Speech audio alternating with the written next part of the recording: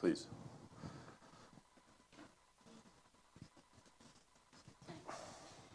My name is Nia Meeks. I'm from Philadelphia, Pennsylvania, which is Charter Haven, essentially. Neither one of you spoke to the issues of violence when it comes to, quote, inner city schools. I'm concerned about the shorthand of poverty because you can go to Trinidad and find well-educated people that are poor. You can find people like myself who came up poor and in an inner city that was received an alternative education through homeschooling and other methods. So one, can you speak to the issue of violence and the role that that plays? And if you can, and I realize one question, the LA Times did a great study looking at teachers and the assessments of how they're doing, even though they're very committed people, the effectiveness of what it was that they were doing. And they found that there were some inequities. If you are familiar with that study, could you speak a little bit about that? Well, the reality is, as I said earlier, kids who are growing up in Philadelphia faced incredible challenges, and we know that violence is an everyday reality in Philadelphia. But there are growing numbers of schools. I mean, 7 years ago, this wasn't the case. I mean, we started up, I guess, 8 years ago in Philadelphia, and we could not find a truly high-performing school there that was taking kids who were growing up surrounded by all of that and putting them on a different trajectory. Today, there are, I don't know, 6 to 10 to more growing numbers every day that are showing what is possible. And for a parent and a kid to have the chance to get the kind of education that will actually get them out of that and maybe enable them and empower them to go back and solve more of those fundamental issues, whether through education or another way, like that's what we need to do. So I'm not trying to gloss over the very real challenges. It's just that, yeah, we got to take it on. And I actually believe that one of the most promising ways of taking it on is to find school leaders who say, not in our buildings. Like in this building, we are on a different mission, who motivate the kids, their families to get on that mission, who show them that it's possible and who give them the tools to create a different circumstance for themselves. I do want to talk about the LA Times study and about some of Diane's comments as well around teachers, because I think we're spending so much energy on some of the wrong questions actually.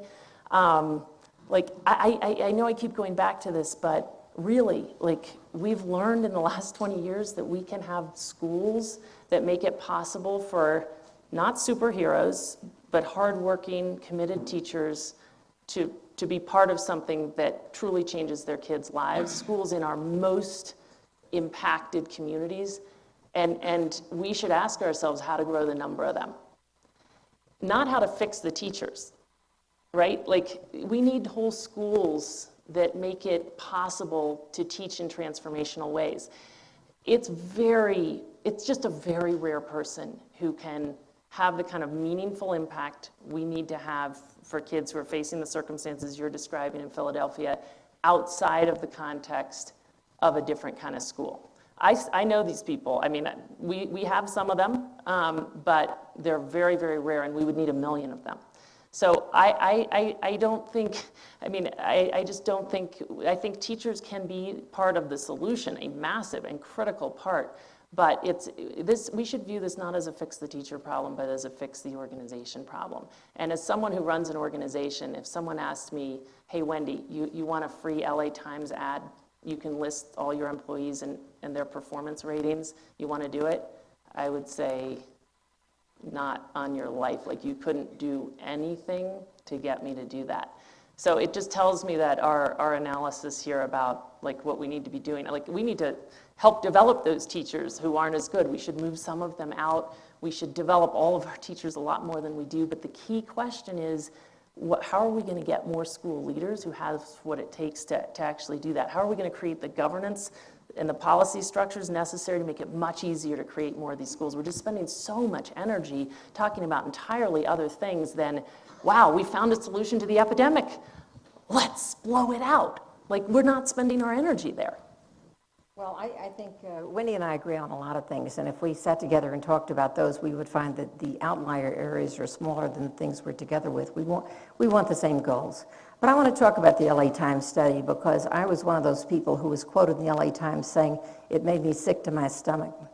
What they did was to name the names of individual teachers and post online a list of 6,000 teachers whom they rated by their own methodology, not some scientifically proven methodology, but a methodology of their choosing. Other people who were equally qualified or more qualified said, use a different methodology and the ratings would be totally different.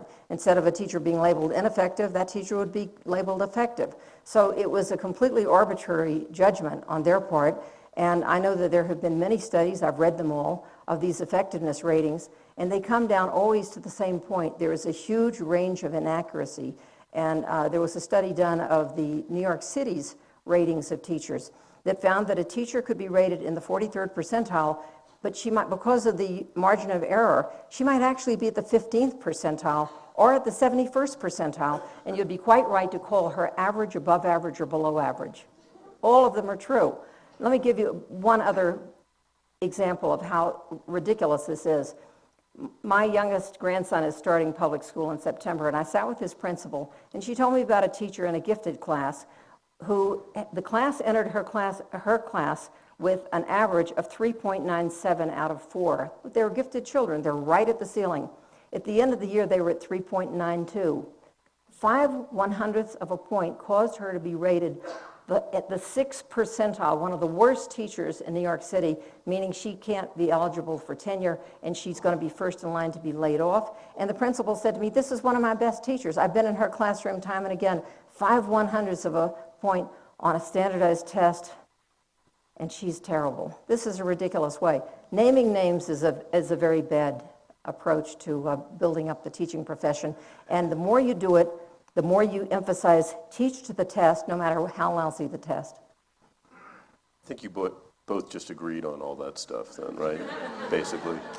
All right, we're together. Yes, let's go up here, please. Actually, wait for the mic if you don't mind so people in the back can hear you. Be right here, please, in the second row.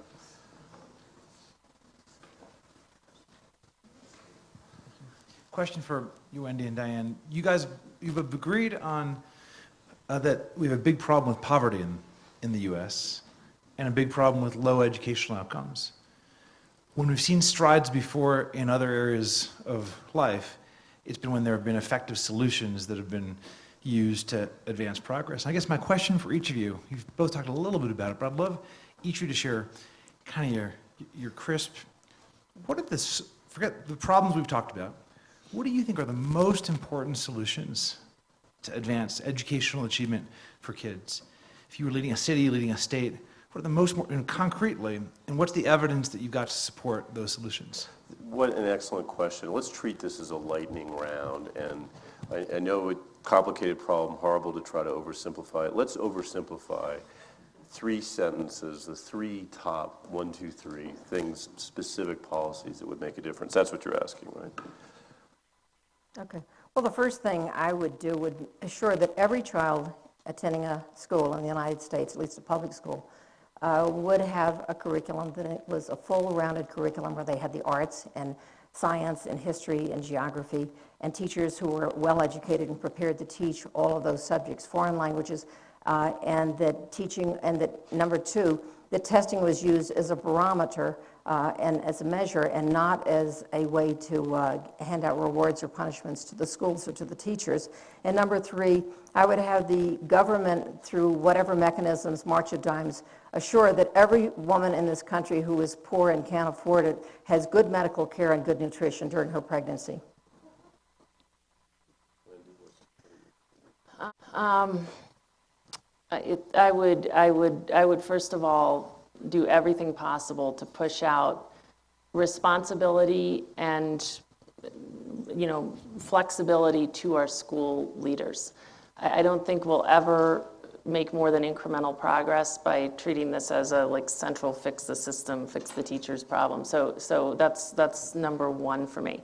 And although maybe it's number 2, because number 1 is really, we just got to make a totally different level of commitment and take a very different approach to developing our people at every level of the system, from how aggressively we recruit the folks who have the characteristics necessary, to how we invest in their development and manage them over time, to how we pipeline some of them into leadership roles and whatnot. Like, you can't find an example of transformational change for kids where there is not a deeply, genuinely committed and capable, teacher, principal, district leader, et cetera, who's going at it. And we've just underinvested massively. I'll just leave it at those two. I mean, those are the two biggest things. And number three, equity and resources. I think, we're talking about a different level of energy and resources at every level going into our schools in low-income communities if we're going to make this work. And we need to make sure that honestly, at the end of the day, the kids we're working with in urban and rural areas face so many extra challenges. We should be meeting their extra challenges with more resources. At the end of the day, we need longer days and longer years and more services, et cetera, if we're going to pull off what we now know is possible. I think we can take one more question. Let's go there on the aisle, or you guys can fight it out. Hi, I teach in Newark. I was a core member in '08, and I've continued teaching. And my question's for Wendy. I'm wondering how we can get the country to realize what a crisis we're in. You mentioned that we're in a crisis, but not everyone agrees. How can we get everyone to agree and realize, so then we can step up and make a change? What I've come to believe around this is that, maybe the actual answer is that we need to help people understand that not only is there a problem, but we can solve the problem. Because it's sort of, if there's a problem and it's unsolvable, then, what can you do? But if there's a problem and it's solvable, then we know. And I have to say, the last 20 years in this have been a total education for me, and it's just been a process of growing sense of possibility that we can actually bring this problem under our control. Starting from learning from some of our very rare teachers who were the superheroes, who did rise above the notions, the kind of constraints in the current system, and produced incredible results at the classroom level. And then from some of our folks and some of others who went off and pioneered the development of a whole different kind of school, as we've talked about so much. And now to see communities saying, you know what, we're going to step up and make this happen at scale. To see the levels of leadership stepping up at the superintendent level, at the political level. We need union leadership, which is about, how do we be part of this? Because we are talking about the future of public education, which includes, teachers are critical, and this is about our future as well. It's about people stepping up and saying, we're going to bring additional voices to the table. What I've seen over time, and I feel like this is the future and it's where we're headed. I mean, I just spent my spring in, 20 different cities in the US, and I was so encouraged by what I heard, because 5 years ago, I would have gone to those cities, and everywhere I would have heard pretty much the same thing. You know what, it's great what New York is doing. We don't have Mayor Bloomberg, we got a dysfunctional school board. Or, you know what, this is all great, but let me tell you about the union leader in our city. We will never change this. Now, I had such a different spring. I land in a community and it's like, let me tell you something. Our school board is not gonna make the changes we need. So actually what we've done is we've created an organization that's identifying a slate of folks who actually know what needs to happen, and we're going to make sure they're elected. And you know what, in our community, probably the biggest problem is the union voice. So actually what we're doing is we're going to make sure we've got other voices at the table. And they're creating advocacy organizations that approach that, like getting other voices to the table, with the same level of energy and discipline that they're approaching the KIPP schools. So I guess I would just say, and I really wanted to get this in before we leave here, because it's the whole reason that I was like relishing the opportunity to have such an influential set of ears and brains as exists here. Like, we can do this, and it is about one thing in the end, and that is leadership. It does not take many. Many of you all are in communities across the country, and if you decide tomorrow, we're not going to let this persist. We're going to make sure this happens in our community. In 5 or 6 years, you can go from a standing start to a community where things are changing in meaningful ways for kids. It's happening in some communities, and it can happen all over the place with enough real leaders stepping up and making it happen.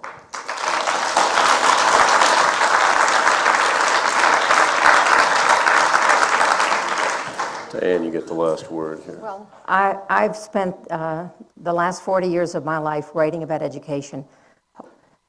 I believe passionately in education. I believe that education can change lives. I have come to believe, and this has been part of what James described earlier as my change of mind, that no great country in the world can afford to lose its public education system. We must strengthen public education. We cannot allow it to become broken up into fiefdoms. I want to take exception to Wendy's reference to New York City as a model. All the scores in New York State went up and up and up and up until a year ago when the state admitted that the test had become progressively easier. New York City now has scores that are about the same as they were when Mayor Bloomberg started. The achievement gap went back to being as wide as it was 9 years ago, and all they did was focus on testing and accountability, punishing people, rewarding people who got higher scores, closing schools, opening schools. Thousands of parents in poor communities would come out and say, please don't close our school. This is our neighborhood school. Fix it, don't close it. And they would vote unanimously, with the exception of the one parent representative, to close it. This is no way to improve public education. We have to start at the ground level. We have to work with parents.